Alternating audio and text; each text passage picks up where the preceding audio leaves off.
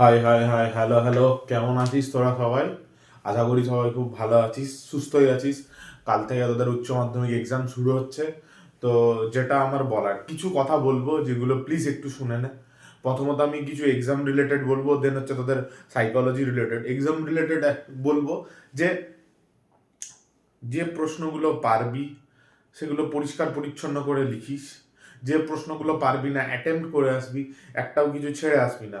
যদি মনে হয়, একটা কথা বলি, যদি মনে হয় তোর একের দাগের কোশ্চেনটা ভালো হয়ে আছে, পাঁচের দাগের কোশ্চেনটা ভালো হয়েছে, হয়তো মাঝখানে দুই তিন চার মোটামুটি করা আছে, একের দাগ আর পাঁচের দাগ, একের দাগ সবারই ওপর থাকবে, পাঁচের দাগ নিচে থাকবে, মাঝখানে যেগুলো একটু কমজোরি কোশ্চেন আছে সেগুলোকে তুই লিখতে পারিস। কারণ কি হবে, তাতে একের ফ্লোতে ওই দু তিনটা কোশ্চেনে কিন্তু তুই মোটামুটি ঠিকঠাক নাম্বার পেয়ে যাবি, ইন কেস অফ বাংলা ইংলিশের কথা বলছি, ঠিক আছে?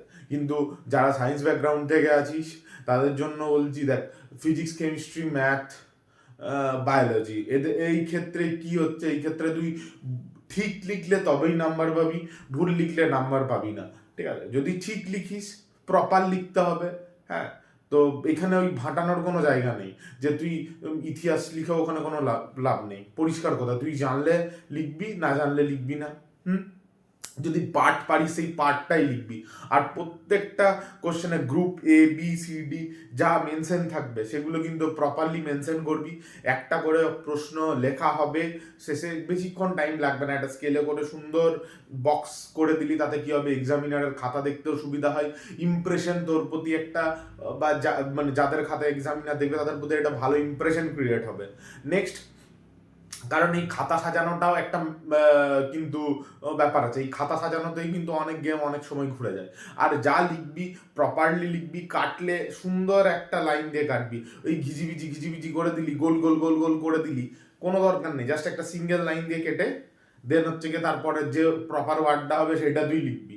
হ্যাঁ, এই গেল। এরপর হচ্ছে দেখ, বায়োলজির ক্ষেত্রে বলি, বায়োলজির ক্ষেত্রে আমি ইম্পর্টেন্ট টপিক দিয়ে দেবো, কারণ এইবার তোদের বায়োলজির আগে কিন্তু কোনো গ্যাপ নেই, ফিজিক্সের আগে অনেকটা গ্যাপ আছে। ফিজিক্সের ডেরিভেশন ভালো করে করিস, সেই কেমিস্ট্রির নেম রিয়াকশন, ম্যাথের ম্যাথ প্রপারলি প্র্যাকটিস করে যাস।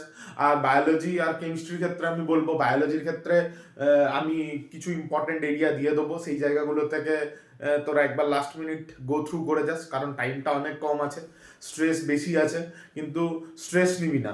আর কেমিস্ট্রির ক্ষেত্রে বলছি, প্রপার নেম রিয়াকশন অর্গ্যানিকের ক্ষেত্রে করে যেতে হবে ভালো করে। D and a block and coordination compound, DA block থেকে 5 নাম্বার আসবে, কোঅর্ডিনেশন থেকে 2 কি 3 নাম্বার, যা খুশি, মানে 2 নাম্বারই মনে হয়। আর বাকি চ্যাপ্টারগুলো, ফিজিক্যালের চ্যাপ্টারগুলো, কেমিক্যাল কাইনেটিক্স, ইলেকট্রোকেমিস্ট্রি, এগুলো প্রপারলি ম্যাথগুলো ভালো করে দেখে যাবি, ফর্মুলাগুলো দেখে যাবি। কারণ তুই একটা উত্তর লেখার থেকে ওখানে একটা ম্যাথ করে দিয়ে আসা বেশি বেটার। কারণ ওখানে কি হয়, প্রপার নাম্বার ক্যারি হয়ে যায়। কারণ ওখানে হয়তো তুই কোনো একটা কোশ্চেনের অ্যান্সার, মানে প্রবলেমের অ্যান্সার লিখতে গিয়ে তুই হয়তো কোনো একটা জায়গায় মিস করে গেলি, সেটা একটা প্রবলেম। আর যদি তোকে কোশ্চেন দেয় যে এ একটা যৌগ, ধর C6H5, ও এরকম একটা তার মলিকুলার ফর্মুলা দিচ্ছে, সেখান থেকে এ এইটা দিলে বি এইটা হবে, সি এইটা হবে, ধর তুই বি সি পারছিস, ডি পারছিস না, হয়তো এটা কি, এটা তুই হয়তো করে দিয়েছিস, লাস্টের তোর একটা, তুই বুঝতে পারছিস যে এইটা এটা হতে পারে, আইদার ওটা লিখে আসবি, নাহলে কি করবি, অনলি বিসি যেগুলো পারলি না সেগুলো ছেড়ে দিলি, ডিটা কি হতে পারে তোর যেটা মনে হচ্ছে। হ্যাঁ, তো ওটা কোশ্চেন অনুযায়ী ভ্যারি করছে, আমি এক দুটো স্যাম্পল এখানে দেখিয়ে দেবো।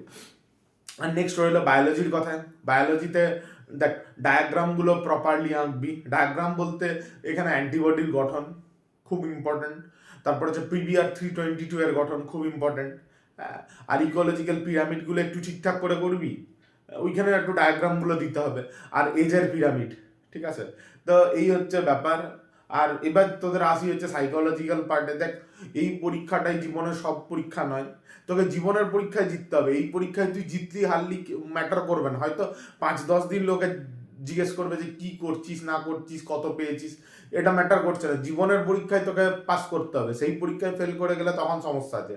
আর বাবা মা এত কষ্ট করে তোদেরকে এতদিন ধরে পড়াচ্ছে, তাই ভুলভাল ডিসিশন কিছু নিবি না, অ্যাটলিস্ট তাদের কথাটা একটু মনে করবি। কারণ এই পরীক্ষাটাই জীবনের সব পরীক্ষা নয়, এরপরে জীবন তোকে আরও এর থেকেও বড় বড় পরীক্ষা দেবে, যখন তোরা যে পরবর্তীকালে আরো বড় হবি তখন দেখতে পাবি লাইফের আসল সিচুয়েশন কি।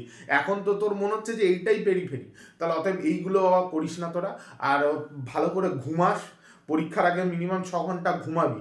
আর একটু লাস্টে দেখ রিভাইজ করার ক্ষেত্রে আমি বলবো, যা পড়েছিস এতদিন ধরে অ্যানাপ পড়েছিস, ভালো করে প্রপারলি রিভাইজ কর। যে পার্টগুলো ভোলাটাইল পার্ট ভুলে যাচ্ছিস সেই পার্টগুলো হালকা দরকার হলে একটা ছোট ইয়ে করে দেয়ালে চিপকেনে সেখান থেকে পড়ে পড়ে যা।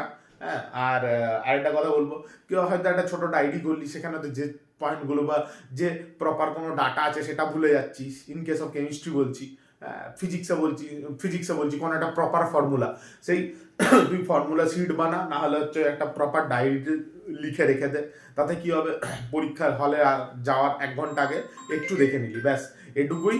চল টাটা, ভালো করে এক্সাম দিস, সবারই এক্সাম ভালো হোক। শুভরাত্রি, জয় হিন্দ।